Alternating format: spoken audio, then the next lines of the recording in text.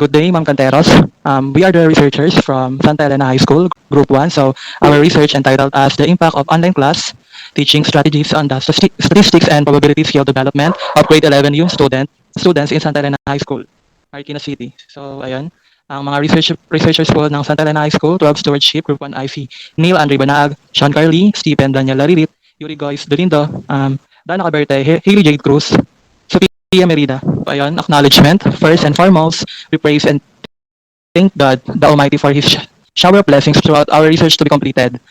We would like to express our deep and sincere gratitude to our research advisor, Ms. Dalia Canteros, for providing invaluable guidance throughout this research. Her dynamism, vision, sincerity, and motivation deeply inspired us. She has taught the methodology to carry out the research and to present the research work as clearly as possible. It was a great privilege and honor to work and study under her guidance. We are extremely grateful to our parents for their love, prayers, cares, and sacrifices in educating and preparing us for our future. Also, we express our gratitude to our sisters and brothers for their support and valuable prayers. So, we also thank the research panelists and for their genuine support to complete this research successfully. Finally, we thank all the people who have supported us to complete research work. Next, introduction. Mathematics, the topic that deals with numbers, formulas, and solution. Math is regarded as a difficult subject. The reason for doing this research is to discover why some students, young students rather, dislike mathematics. It is the curriculum's fault or it is the fault of educators, inadequate textbooks, or the students itself. Our group came up with an idea to know the answers of different students at Santa Elena High School. So we made survey forms to really know the true reasons behind this question. We asked the student whether they are having difficulty comprehending mathematics and inquired about the cause or of their inability to answer. So, and they required to them that they required them to list their statistics and probability grades. Next. Conceptual framework. So we identify the new learning style virtual classroom environment and the study availability as our independent variable and the grade result of the students or the academic performance as a dependent variable. Pinapakita dito yung relationship ng independent variable namin tsaka dependent variable kung paano nila naapektuhan yung isa't isa. Dana for rational. The main cause of losing interest natin on math is having math anxiety and fear ng mga students, lalo na ngayong new normal na hindi pantay-pantay ng kaalaman para maunawaan yung isang topic. And we researchers are hoping to boost yung student ng proficiency in math discipline by giving them more instructional tactics, which includes the mathematics. And we want to know na bakit nga ba ang madaming nahihirapan na students na maintindihan yung math at ano nga yung mga dahilan nito. We study this because it can relate to our strand as a young students na madaming estudyante ang nahihirapan sa math, lalo na yung mga students na hindi ina-expect na magkakaroon ng math subject noong grade 11. Statement of the problem. As for our statement of the problem, we came up with 3 questions in order to provide the solutions and to inform the students, parents, DepEd, and the future researchers. We all know that math is an important subject. It is a part of our lives. We notice about a problem that students tend to hate it because we find it difficult. Major problem. They may develop an irrational fear of failing math during an online class modality pandemic crisis. These are specifically looking for an answer to the following question. Number 1, do you find statistics and probability a difficult subject in the mode of an online class? If yes, why? Number 2, why do you think students in Santa Elena High School has a hard time understanding statistics and probability at its own pace? Number 3, list down your grades in the second semester in the first quarter in statistics and probability. Be honest. Major problem, these 3 major questions are qualitative. We came up to these questions to know more about the struggles of the students with math. So the hypothesis is a tentative guess. So Filipinos use the words akala and palagay when issuing statements that are based on a mere guess or assumptions. In testing the hypothesis, the assumption should be expressed in 2 opposing statements. Go, Stephen. Hypothesis as assumption in qualitative research. No hypothesis, there is no significant relationship between the new learning style of the young students in Santa Elena High School of their academic performance. The alternative hypothesis will be written as there is a significant relationship between the new learning style of the young students in Santa Elena High School of their academic performance. In hypothesis testing, it is necessary to make a conclusion at the end of the process. Ang discipline is na kapag walang nangyaring improvement sa grades ng mga estudyante, then it proves na there is no significant relationship between. It means napatunayan ni na hypothesis na wala talaga siyang relationship, kumbaga wala nag-improvement sa grades ng mga estudyante ng 12 years. Pero kung napatunayan naman ni HA or ni alternative hypothesis na nagkaroon ng improvement sa online learning then that means a victor to our research. To the students, this research aims to provide actions and solutions for the Elenians students, no, na yung strand para ma-improve yung grades nila sa statistics and probability. To the parents, this research aims to help the parents in monitoring and guiding their son and daughter to give time to teach them and improve nga yung grades nila. To the future researcher, this research may serve as a reference for future researchers na magkakandak ng ganitong study. And to the DepEd, knowing the problems of the students in math, they should upload learning materials or seminars that can help the students to know what they need to learn and what they need to improve for better learning. Next. Scope and delimitation of the study. The research aim a different lesson for students, parents, DepEd, and the future researchers. The focus of this research is to serve a solution. Maraming student na makaka-relate in this topic because a lot of us have or had a fear when it comes to solving in math. We had a survey na pinasagutan sa mga students to know their struggle, and with this research, we aim to provide solutions and recommendation to their concerns. Here is the chapter 2, review of related literature and studies, pertinent literature. So, if a student thinks from the beginning that he or she will not be able to perform well in the subject, he or she will end up developing a phobia of mathematics. That's why students' inability to study at their own pace nga as all suppose na magiging barrier to sa online learning. Benson, 2001. And then, in a survey conducted by Gallup, 2005, he asked students to identify the subject they consider to be the most difficult. Not surprisingly, mathematics came out on the top, the difficulty chart. Next. Based on our traffic source na galing kay Frank Carter 2012, now 2009, na English and Math ay isa sa mga major skills na dapat ay meron tayo. Pero sabi nga dito, many of the students can't learn even basic math. And next, sabi dito na mathematics makes our life orderly and prevent chaos. When you say chaos, it simply means in Tagalog, kawalan or kawalan. Sabi dito na math makes our life orderly or prevent chaos. Discipline means na mawalan. And sabi dito na kaya ma-enhance ng math ang creativity, reasoning, abstract, critical thinking, at problem solving. From the research of Gonzalez and Gomez year 2016, they found a statistically significant difference was found in assessment with online class. Ang performance ng students ay mas mataas kumpara nung face-to-face. They also interviewed students at sinabi ng mga estudyante na mas nagustuhan nila ang online class because it gives them ability to pause and rewind and review the lecture. From Salum and Shalan research naman, sinabi nila na nagagamit ng online class because it is versatile for learning and mas madami itong teaching processes. Of NDTV education, 89% of parents ay naniniwala na ang mathematics ang pinakamahirap na subject para sa mga anak nila. May mga estudyante na hindi nakadevelop ng connection sa math kasi hindi nila gusto na hirapan sila. And sabi din ng mga magulang nila na ang mga estudyante must turn to win my math exam. From the research of Guerrero naman, year 2020, sinabi nila na online learning ay madaming characteristics. Pwede siyang maging asynchronous and synchronous. It can take place anywhere and anytime. Maganda rin lang online class because it gives motivation sa mga students kasi pwede silang makagawa ng sarili nilang learning style na pinaka fit sa kanila or applicable sa kanila. It also provides the students unlimited access sa mga learning resources, meron modules and meron ding online class, online videos. Ang big challenge naman sa online class ay hindi pare-pareho ang resources sa mga estudyante. Merong may mga gadgets, merong may mga kakulangan sa gadgets. And from the research of Blackman and Schirmer, year 2020, sinabi nila na maraming estudyante ang nag-agree sa online class and they find it valuable kahit first time lang nila ma-experience ko. So this is the chapter 3 of our research. Research methodology. Letter A, research design. English design, we found out that we will be stick with phenomenological. Phenomenological means describing an event, activity, or phenomenon. Pero sa phenomenon natin yung mga pangyayari. We identify our research design as phenomenological because it simply means we want to know the experience of our respondents, which are the grade 11 students of Santa Elena High School. The research design of our research is qualitative. Simply means it takes the answers about experiences of our respondents and not dealing with numbers. So ayun. Letter D, respondents of the study, population, and sample.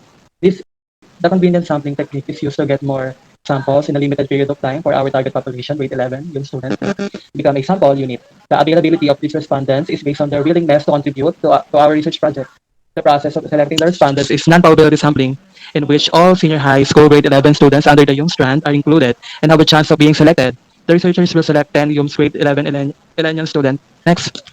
Instrument of the study. A research study used Google Form para mag-conduct ng research for our respondent. At yung Google Form kasi is the best way na ngayong may pandemic para mag-conduct ng research. And we have 3 questions there were included in the questionnaire asking respondents whether they find statistic and probability difficult and why they believe na large number of students struggle with this subject, and also in the questionnaire requested respondents grade in their subject and statistic and probability in their first quarter. Data gathering procedures. Since there's still pandemic, the researchers wasn't able to conduct a face-to-face interviews, and as a result, the researchers collected data via Google Forms or questionnaires, and then collected data was analyzed and interpreted. Bago kami mag-conduct ng survey sa mga respondents namin, meron din kaming ethical approval. So, letter for the respondents. So, ayun, hindi namin sapilitan na hiningi yung mga sagot nila. So, syempre, willingness, di ba? Or willing ba sila mag-contribute sa research namin? Ayun. And then, yung mga names nila ay confidential din. Data gathering and data analysis, the names of the respondents are kept confidential. And ayun nga, hindi namin nire-reveal. Ayun. Data presentation, these are the SOP of our research paper for question number 1. Do you find statistics and probability are a difficult subject in the mode of online class? If yes, why? So ito yung mga sagot nila. For me, it is yes because there are so many reasons that hinder sa students nila. So nahihirapan sila sa distance learning. Mas madali daw yung face-to-face learning. So ayun. Next slide for interpretation. Para sa question number 1, katulad nga na nabanggit kanina is, karamihan sa mga estudyante, sumang-ayon sila na mahirap talaga yung math na sa kaso namin is yung statistics and probability. Nandun yung iba't ibang rason kung bakit sa tingin nila mahirap yung math, yung nandun yung para sa kanila, talagang mahirap lang yung subject ng math. Nandun din yung, dahil nga sa distance learning, mas nadagdagan yung hirap kasi nga, mas mahirap mag-focus sa yung iba pang dahilan. So sa table number 1, naging maayos outcome ng survey namin. Students tend to hate because it is out of their strand dahil sa new modality which is online class. Naging mas mahirap for them na intindihin ng math dahil na rin sa internet connection problem na naranasan ng mga estudyante. So this is the SOP number 2. Why do you think yung students in Santa Elena High School has a hard time understanding statistics and probability at their own pace? Elaborate your answer. So ito nga, pipili muna ako ng isa. Ang sabi dito, I think because statistics and probability were not major subjects nga for HUMSS, no? And there is possibility that many of them have a hard time understanding them. Next slide for interpretation. Most of our respondent answer na hindi nila ina-expect na magkakaroon ng math subject, lalo na mga yung students lalo na ngayon na nasa online class na mas mahirap mag-focus na maintindihan yung topic or subject, because we all know naman na focus ng yung students is improving student communication rather than solving math problems. Respondents find math as not as important and not also related to the strand they've chosen. Since most of the respondents describe how hard to understand the math itself, they've lost interest on it as well. Sa UMS, karamihan ay iniisip na baka walang math, ganyan, o walang math dahil nakapokus kami sa pag-aaral ng mga social studies, case studies, like that.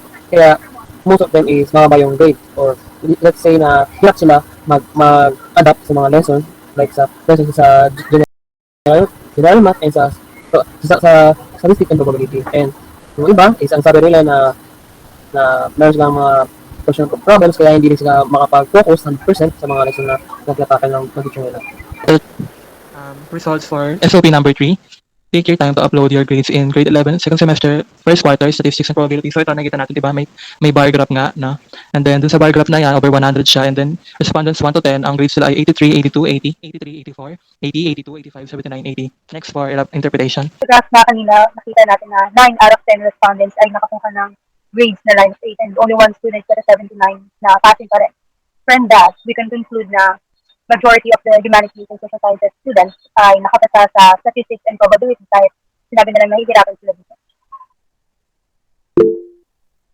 And then yung grades nga nila ay nag-range from 80 to 85. So one student got 79, which failed satisfactory. As we look at their grade in the subject to sum up, makikita natin na 79 to 85% of their grade, it's not quite bad for yung student nga to have na grade na ganyan. So it portrays the statistics and probabilities are really hard among grade 11 yung students in Santa Elena High School. So yung grades nga nila ay average or satisfactory. Next. Summary and relates the findings with pertinent literature.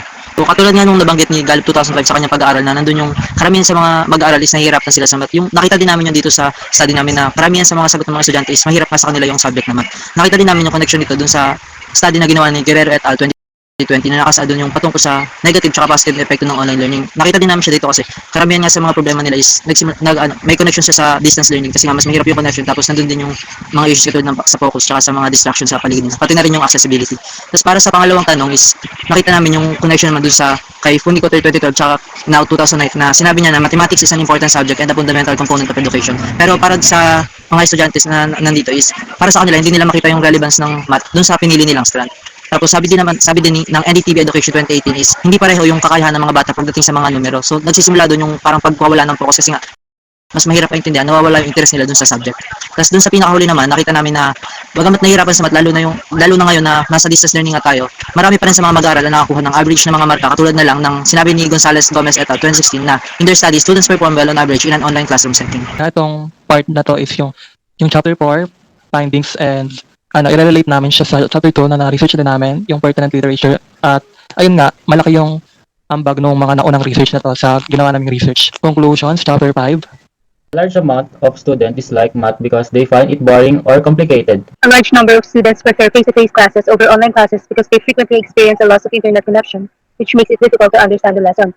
Based sa answers ng mga respondents sa question number 2, sasabi naman talaga nila ang face-to-face classes dahil maraming masyadong distractions pagdating sa online class and maraming nakaka-experience ng technical difficulties katulad ng loss of internet connection. Factor that makes learning more difficult is the environment. So, sabihin is, meron tayo kasi mga tatawag na barriers sa ating online class.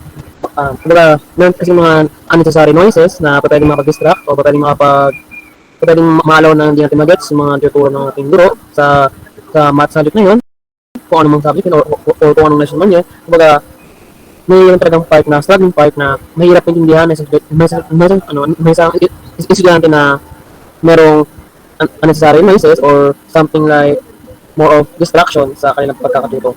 When asked why yung students at Santa Elena High School find statistics and probability difficult, most of them saying or answer na hindi related ang statistics and probability and Gen Math in yung strands. The humanities and social sciences, HUMSS, are primarily concerned with communication and social sciences, so statistics and probability are therefore considered unimportant concerns by our respondent, and they are not their primary focus. The students' personal responsibilities also interfere with their ability to do well in their subject. So minsan meron silang mga activity o kaya din naman may mga gawain sila na kailangan muna nilang magawa o kaya tapusin kaya minsan hindi agad sila nakapag-focus sa ganitong subject. According to the data we gathered, the students received grades ranging from 79 to 85. On our survey form, there is a question where respondents were asked to drop their grades on probability and statistics subject.